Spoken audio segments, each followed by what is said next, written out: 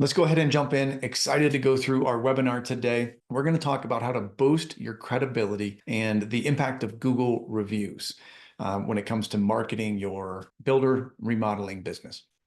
In terms of what we're going to cover today, we're going to go through our approach to developing a marketing plan or marketing strategy, how we would approach things so you have an idea about how we work. We'll go through stats on Google reviews, some other reputation factors, which reputation is more than just reviews.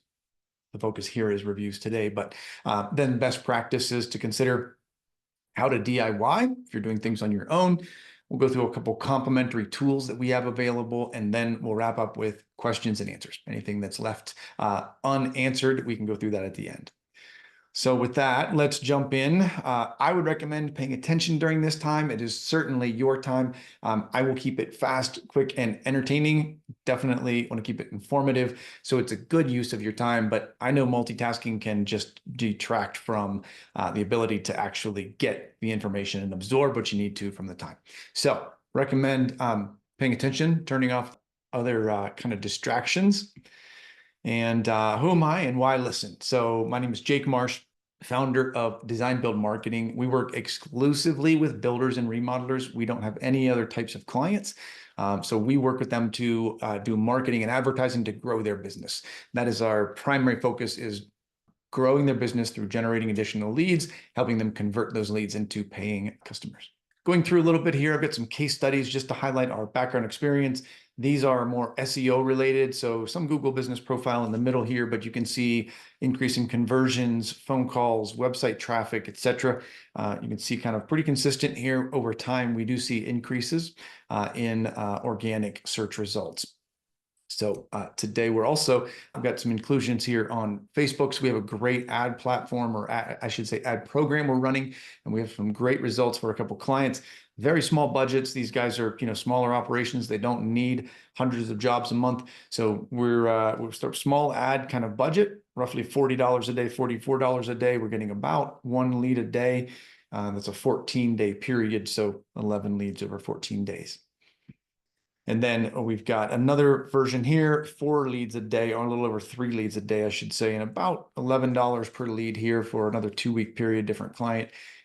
One thing I'll point out is these are also high quality. The client here that I'm referring to with the 11 leads, they closed a $350,000 whole home remodel, and then they also closed a $525,000 remodel job from these leads. A couple others in the queue as well. So great results from these. So just a little bit in terms of background on why you might want to listen to us. We do this every day for builders and remodelers, and seeing good results for our clients. Okay, let's go into to our approach. As we look at how we approach a marketing strategy, we refer to that as a digital omnipresence. We want your potential client base, your market, your local market, to think of you whenever they think about building and remodeling. We want to be everywhere they look online, and we can also help with offline, but at least online, we want digital omnipresence. So we want to keep you top of mind in their mind. So when they are ready, we want them to be thinking of you. Variety of different ways we go about this, depending on your tier of service and your budget for ads and things like that. That'll dictate which of these levers we pull or which of these things we put into motion. But this is the overall kind of list of things that we look at with our clients. And then digging in a little bit further with accelerating growth, categories here will be driving leads, maximizing conversions, and optimizing results. So a little deeper on those, double clicking in. We generate leads by a variety of different methods. Organic SEO is the great return, or ROI, long-term. Takes a little bit of time to get there. We often do ads in the interim to make sure we have leads coming in and we keep our clients busy. So those ads are great kind of filler time until we get the SEO results. And then lastly, most of our clients are sitting on a gold mine. They have a past list of clients. They have a past list of leads that didn't move forward, which may still be considering a remodel job. So we go back and we kind of mine that database as well. So those are our kind of 3 primary sources of ways to drive leads. And then maximizing conversions. We want to make sure that when they do find you, You have a great website, strong reputation with reviews, and we want to make sure that we have automation in place to get back to those people very quickly when they do reach out. And then also make sure we're staying in touch with them over the long term. A lot of people aren't going to be ready to convert right away, so we want to stay in front of them over a long period of time. So these are the things we do to help maximize conversions. And then we always monitor spend, cost per lead, and then your return on investment to make sure we're kind of putting the money in the right places and always staying optimized. Okay, so reputation statistics. And we're going to start with Google reviews primarily, but we also have some other information mixed in here on reputation. So again, we'll start with reviews on Google. That is the primary focus for today. But why care? This is what I hear, or this is what I see actually from a lot of the people I talk with. I'm buried. I'm up to my neck, up to my eyeballs in other jobs. I'm up to, administrative things. Why should I care? So we're going to go into reputation today. This is a critical component, one of our foundational elements of building an online kind of presence and online kind of lead generation and kind of framework. So what we want to do is make sure that when people are finding you, they've got a strong reputation. And so this is a limiting factor. People who don't have a good reputation will lose customers. If you think about it, how many reviews would you want and what kind of rating would you want to see on Google if you were going to hire a contractor? Or you could maybe look at that as a plumber or a painter or any other type of home services provider. What type of reviews would you expect from them in order to feel comfortable? So it's always a good exercise I suggest my clients think about is what would your client think if they saw this and what would they be thinking? So some great exercise here to kind of think about what to aim for in your kind of reviews. So people that are lacking in the reputation kind of category or area, we create a leaky funnel. And so, as I mentioned, they'll stop clients in their track. And what's that mean? That means people who are finding you at the top of the funnel here are going to fall out somewhere along the way, right? They're maybe going to be visitors, but not leads, or maybe they turn into leads, but they're still kind of doubtful and they don't turn into bids. Or maybe last cases, they don't turn into jobs because, they don't quite trust you as much as somebody else. So those leaky funnels, we're going to kind of look very quickly at the buyer's journey to kind of identify that. Someone finds you. We put out ads. We do search engine optimization, social media, whatever it is. They find you. At some point, they're going to make contact with vendors, you or somebody else, or both, and then they're going to make a builder selection. But what happens in between here? If we look at kind of what happens in between here, the critical area that we're talking about today is right here. After they find you, but they're not making contact yet. At that point, they're most likely going to go to Google and look at reviews, probably going to go to Facebook and look at your content, your reviews on there, going to go to your website, which is a little green globe, and then may go to LinkedIn or Houzz or any of the other platforms that they might be able to kind of look at your work and get a feel for what others are saying. So as you can imagine, if something causes doubt in this area, they're not going to make contact, right? That's a critical area to make sure that we're optimized and getting as many conversions as we can. And then ultimately, we still have some work to do with reputation over here after they make contact. If you don't have enough reviews, they may always have that kind of seed of doubt that keeps them from selecting you as their builder. But this is a critical area where we're focused today. This is kind of ongoing contact that you need to make. In any case, all of these are gaps or potential gaps where you've got clients falling through the cracks, or I should say leads, potential clients falling through the cracks. And what does that mean? That means you're burning money. We're wasting money on ads. We're wasting money on SEO because we're bringing in leads, we're getting visitors, and we're not converting them into jobs.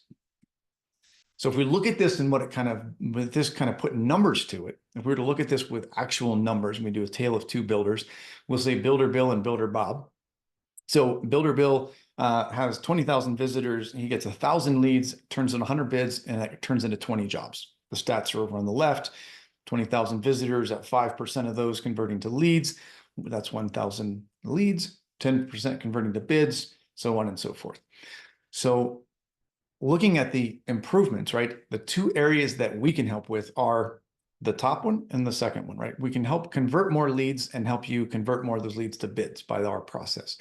So these are the areas that we can impact. And if we look at getting a stronger reputation, putting automations in place, and doing some of these critical foundational things before we go and find leads, cold leads, we need to make sure this process is in place, because if we're able to improve these numbers just a little bit, we go from 20 jobs to 41 jobs. That's just moving from 5% to 8% converting to leads. And that's 10% going to 13% of those converting to bids.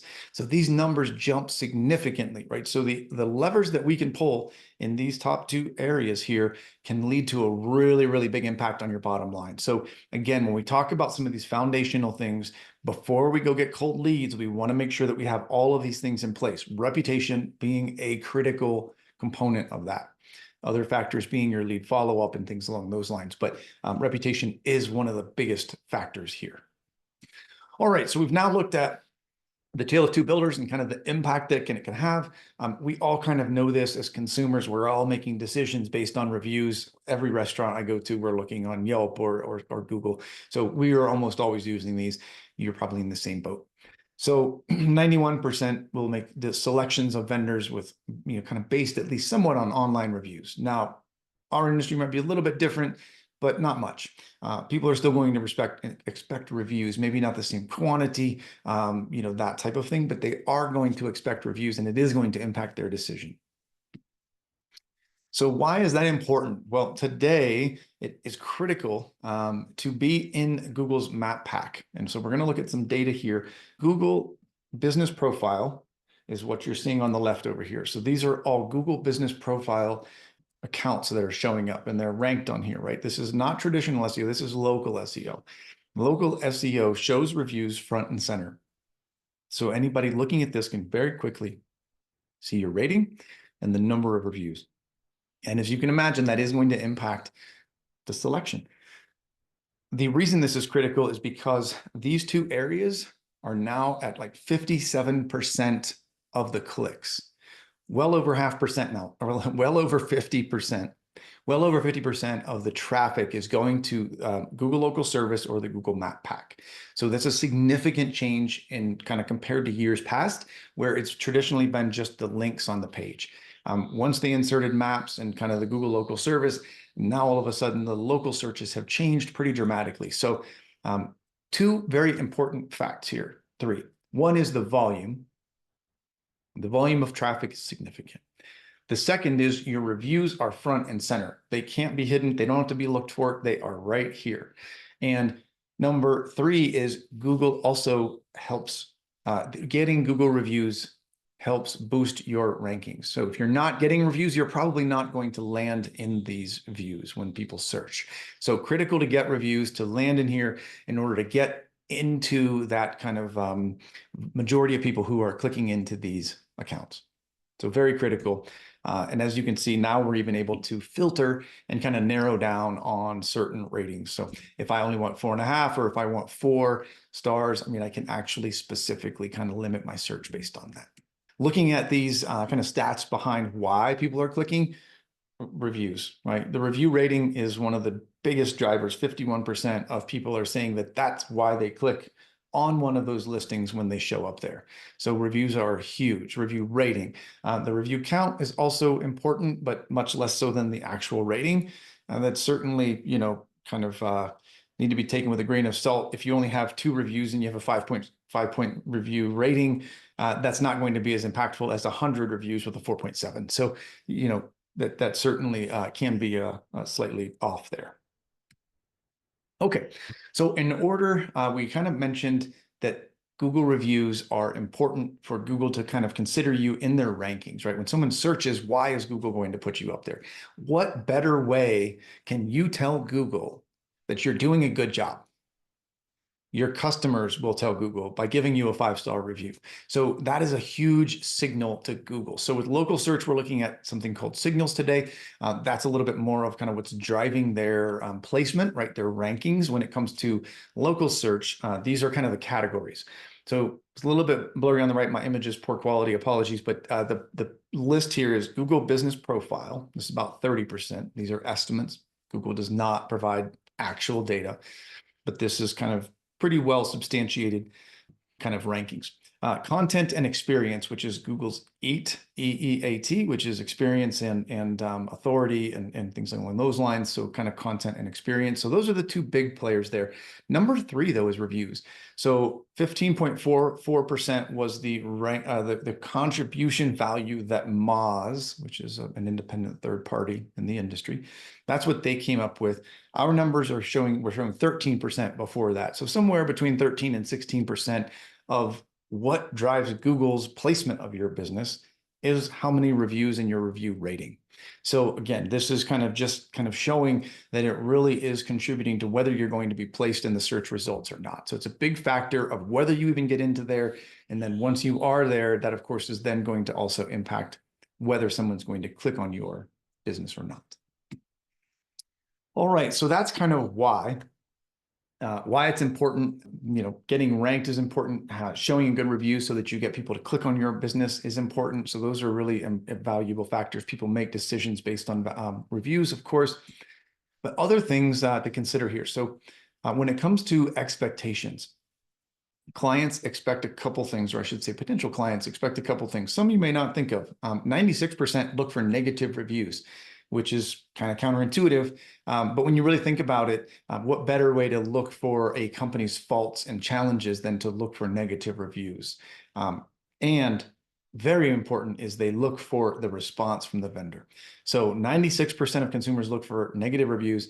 If they're small issues that they're either corrected kind of in a response, or if it was a miscommunication that the vendor kind of addressed publicly in a response, that puts their mind at ease. If you burn someone's house down, that might cause some serious issues. So certainly there, it's kind of some limitations with that, but responding professionally to negative reviews is critical because it is going to be noticed. 50 plus reviews. 65% of people expect more than 50 reviews. Now, that's a little bit different for our space. Actually, 43% expect over 100. So actually, the majority of that 65 expect more than 100, actually. So that's a little bit different in our space. Getting 100 plus reviews can be a challenge. Getting to 20, 30 is pretty strong. We get over 50, that's a really good kind of position to be in. So these might be a little bit high. Those are not our industry. They are kind of generic averages. So lastly, a 270% increase in the likelihood that a business will be contacted if they have 5 or more reviews. So potential clients are more likely, 270% more likely to click on and contact you if you have more than 5 reviews. And so that one probably is applicable in our space. 5 reviews is a pretty good number. When you get to double digits, then you really start to kind of convey some confidence in people. So those are the expectations that people are looking at or kind of coming to the table with. So then digging in a little bit on review barriers. Some of the things that you may not know are that people hesitate to do reviews for a variety of reasons. Number one, they don't know. Everyone uses reviews, but a lot of people surprisingly don't really think about it for vendors that they go to or they get service from. A large portion don't know what to write. They get writer's block. I don't know about you, but if I'm going to put a review on Google and I'm going to type out a long paragraph describing my experience, I'm a little bit nervous. That's going to be viewed by, I don't know, the people, right? The people that I'm worried about not looking good for, but it still creates a little bit of a barrier or friction around not knowing what to write. Closely tied with that is time to write. If I'm going to think about it and I'm going to be intentional and make sure that my punctuation and grammar is correct, it's going to take a little bit of time. So of course, we're all busy. So those two factors kind of play together and kind of contribute to a lot of the problem that we're looking at. And then lastly, remembering to write. They may think about doing it. They may even tell you they're going to do it, but then just never get back to it. They may have great intentions and just get tied up and forget all about it. So it's important to ask multiple times to make sure that you're getting that review posted. And one thing I didn't include on here that kind of goes back to the what to write and time to write is there with AI now, there are options to basically generate options for someone to post. So if someone doesn't get back to you, we have automations in place that say, I noticed you didn't provide a review yet. Sometimes it can be a challenge to come up with the top or the content to write. Would you be interested in us providing a few options for you that are AI generated? And then in that case, they can say yes or no. And then if they do say yes, we give them a few options. They can either just copy and paste, or they can take those and kind of make them their own. But that's a nice way to kind of get past some of these barriers, is to use AI and provide a few options for them to use if they're kind of running into a challenge with figuring out what to write or finding the time to write. So other platforms, focus here is Google reviews. Back to what we said, Google is the biggest player. In order to get ranked on there and show up in their map pack, you need reviews. That's a big factor. However, again, back to kind of the reputation in general, people are going to look in multiple places. So it is important to have that foundation on Google. However, Houzz has a large number of users, and the majority of people are planning to hire somebody. So they are not just looking at things on their own. They are, looking to hire a professional.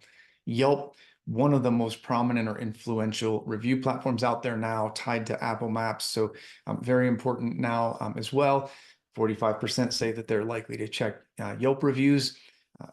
Not the biggest and best platform for us. It's a little bit more common for kind of more transactional providers like plumbers and things like that, HVAC professionals or massage or restaurants. Those are a little bit more commonly used, but nonetheless, it is still valuable to get reviews there.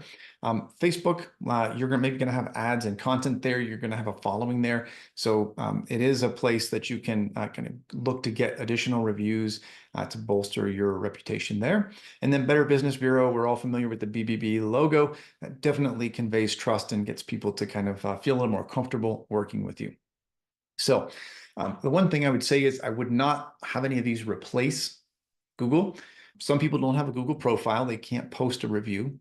So other people actually want to get reviews on multiple platforms. So we have a program in place where some of our clients will ask if the customer is willing to post the same review on a new platform. So for example, hey, could you post on Google? We would happy to buy you lunch if you would also post that review on Houzz. So that way they're getting the Google review, but they're also then building their presence on Houzz along the way.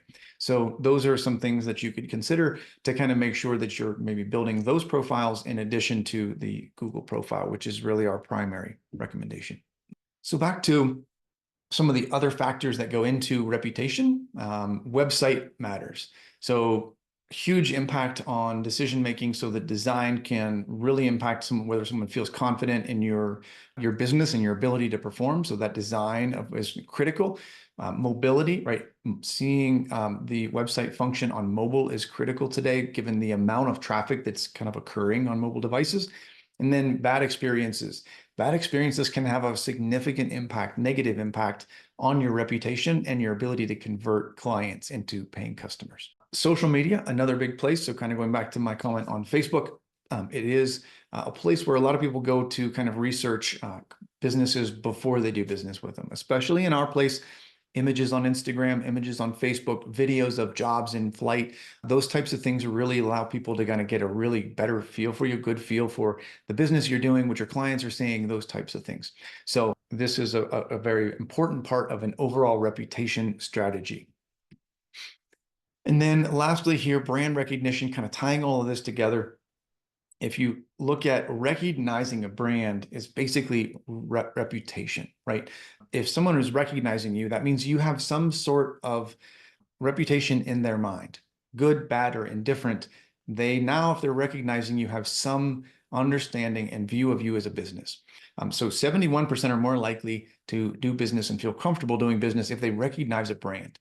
So when we are on Google, when we're on Yelp, when we're on Facebook, we're getting reviews and we're doing all of these things around an overall reputation strategy. It's increasing our ability to convert leads and make them feel comfortable that we do good business and that they can feel comfortable hiring us for their remodel or build job. Okay, so keep it fun. Interestingly enough, kind of these programs where you can keep it fun are helpful and valuable and generate pretty good results. This can be for reviews. We also do this for referrals. So this actually has referrals in here, tiered rewards. That is supposed to be reviews. But at any rate, we want to keep it fun. Interestingly enough, cash prizes or cash rewards are not as effective as just kind of gamified rewards, right? So it's just it's beneficial to make it entertaining and fun for your clients to kind of participate in. So a couple options here for ways to do that. Tiered rewards, if someone's giving you multiple rewards, maybe it's treating them to lunch for the first, and then if they get to 3, maybe that is some kind of a tool, like DIY type tool that they may benefit from, something along those lines. Charity donation. So if they provide a review, you donate to a charity of their choice. That's a fun one to kind of give back for both of you. Contest drawings. If you want to do something along the lines of everybody that submits a review in the month of October or December or January is entered into a raffle, and then we draw a name and we give a prize to the person who is selected from that pool of people who reviewed. So that's a good contest option. And then lastly, kind of other gamification options, right? Turning this into a game. Use things such as bingo, spin the wheel, or scratch off cards for people when they give a review. So just, again, some other fun options for you to kind of make this a fun kind of a way to engage, right? I mean, that's what people want today online, is they want to engage and they want to kind of have fun with their interaction with their vendors. So then jumping into how to do all of this on your own, right? How to DIY when it comes to Google reviews. So kind of tying back to reputation at kind of a high level. So it's more than just reviews. We want to have review count, score, and frequency, right? So we also, one thing I didn't touch on, we do want reviews to be consistent. We don't want 50 reviews on one day. We want 1 review per week for 50 weeks. So review count, the score, and the frequency are critical. We want a fast website optimized for mobile. I mentioned earlier on the website matters. Social media, people are looking at that. And then authoritative content, providing lead magnets, providing educational content, blogs, those types of things help build your reputation. And that kind of provides a more well-rounded understanding for your prospective clients when they're researching you. And then the step-by-step, how to kind of go about this. First of all, this is primarily focused on your Google business profile. That is not Google Map listing. They're similar and they almost kind of appear the same, but a Google business profile is definitely different, includes a lot more information, and that is really what is going to be ranked and showing up with your reviews. So we want to make sure that you have that created, optimized, and also make sure that you are getting reviews on there. Choose a model. When I say choose a model, make sure that you're regimented and structured in your process. We don't want to just send a review request this week to a few people and then wait for another 4 weeks before we either go back to them or ask new people. So kind of come up with a strategy, something that you can do on your own, or you can set processes in place that you can stick to and be consistent with. And then actually stay consistent. Make sure that you're taking action quickly. We don't want to wait, let the past clients kind of cool off. There's optimal timing for that. And then set targets, make sure you're tracking to those, make this a big initiative. It really is critical to your success. It's not going to maybe keep you from having success, but it is absolutely going to have a positive impact and improve your level of growth if you have a strong process and kind of program in place for reviews. So then when it comes to reputation management, there are platforms that will help you with this if you want to do this on your own. Bird Eye is one of the big ones in the industry. They have a lot of functionality that they offer to go collect reviews on different platforms.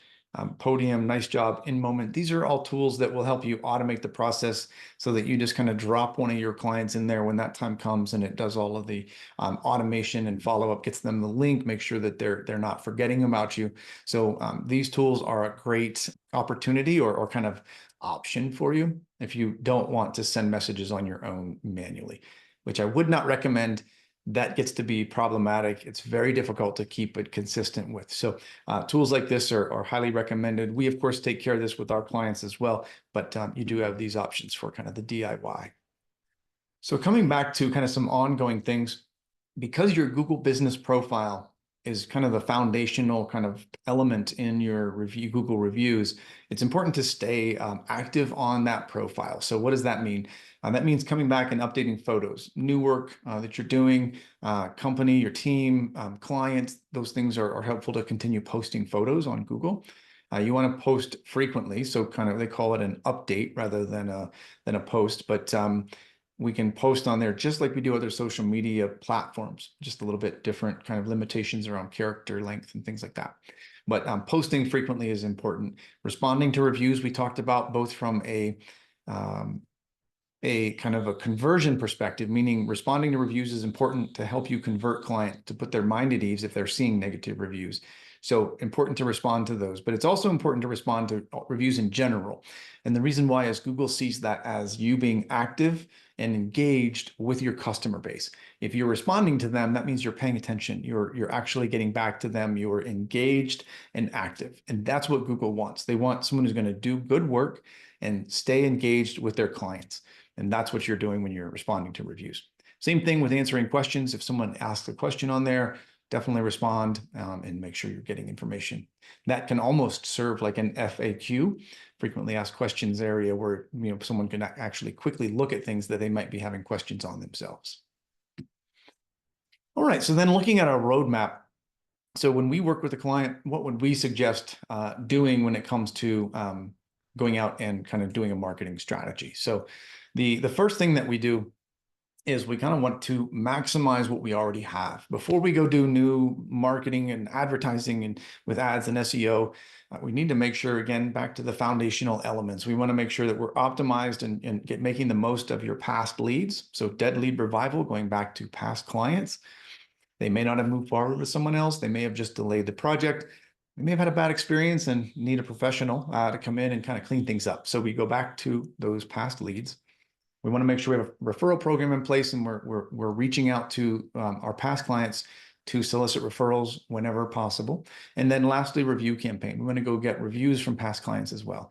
So these, we would say, is optimizing kind of what you already have. Let's make the most of what you have in front of you and get you set up so that when we do ads and we do SEO, now those efforts are going to be even more productive because we have these kind of fundamental things in place already.